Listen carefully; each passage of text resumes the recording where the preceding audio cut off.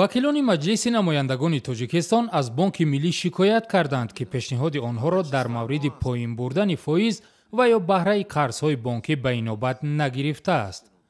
мизони миёнаи баҳраи қарзии бонкҳои тоҷикистон айни замон 28% ташкил медиҳад. иқтисодонҳо мегӯянд худи тиҷорат дар тоҷикистон ҳудуди 30% боздеҳ дорад ва бо ин фоизҳои бонкӣ муваффақ шудани соҳибкорон амри маҳол аст.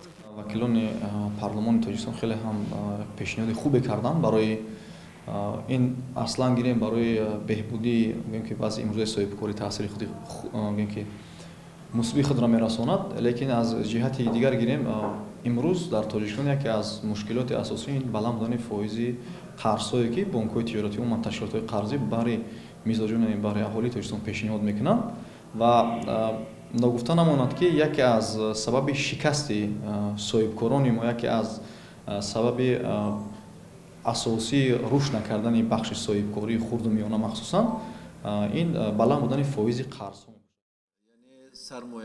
вакилон дар робита ба баланд боқӣ мондани баҳраи қарзҳои бонкӣ аз раиси бонки миллӣ шаҳр хостанд.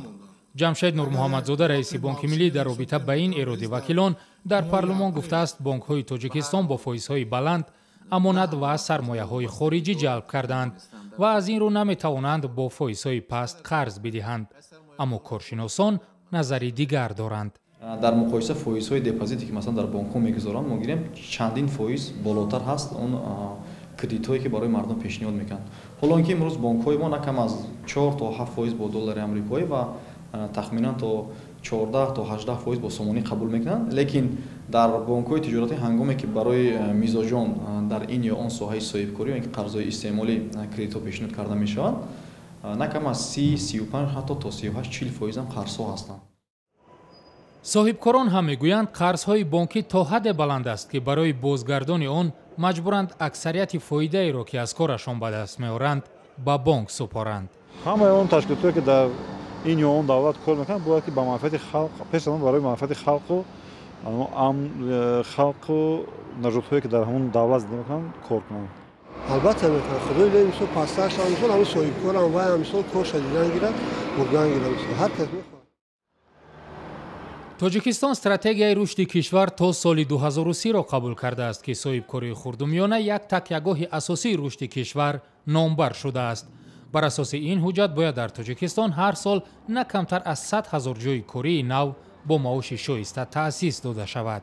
бинобар арқоми оҷонсии омори тоҷикистон дар соли 2017 дар кишвар 1810 адад ширкатҳо барҳам хӯрданд.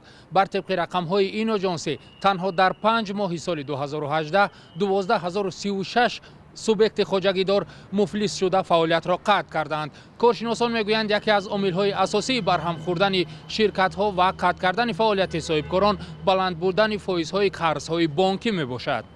саҳми аз ҳама муҳимтар ки мебозад бонки миллии тоҷикистон, яке фишакҳои асосӣ ки дар даст бонки миллӣ дорад, сиёсати стратегияи низоми бонкиро бояд ки аз ҷониби бонки миллӣ ислоҳот дароварда шавад, пешниҳодҳо карда шавад ба ҳукумати ҷумҳурии тоҷикистон, гарчанде ки бонки миллӣ дар баъзе аз самтҳои фаъолияташ мустақилона фаъолият мекунад, лекин имрӯз такрор ҳам шуд, бояд як чизро қайд кард ки вобаста аз вазъи имрӯзаи буҳронӣ бонкҳо яъне то як андоза фоизҳоро имкон доранд ки пас кунанд. тоҷирон мегӯянд хуб мебуд агар давлат барои наҷоти ширкат ва ё соҳибкороне ки бинобар пешомадани ҳолати форс-мажор дар лобалои касодшавӣ қарор гирифтаанд тавассути фонди махсусе қарзҳои имтиёздор ҷудо мекард. дар ин ҳолат соҳибкорон бо назардошти чунин такягоҳе барои ташкили корхонаҳои нав таваккал мекарданд. чӣ гуна ки мо медонем таъсири буҳрони молиявии ҷаҳонӣ рӯзтороз дар тоҷикистон бештар гардида истодааст ва мардум ҳам аз ин метарсанд ки масалан ҳангоме ки аз қарзи бонкӣ истифода кунанд, шояд аз уҳдаи баргардондани он аз уҳдааш набароянд. ҳадди ақал лозимаш 5 ё 10 соли дигар ки аз сари нав чӣ гуне ки мардум ба бонкҳои тиҷоратӣ бовар мекарданд, ки дар он ташкилотҳои қарзӣ боварии мардумро ба даст овард.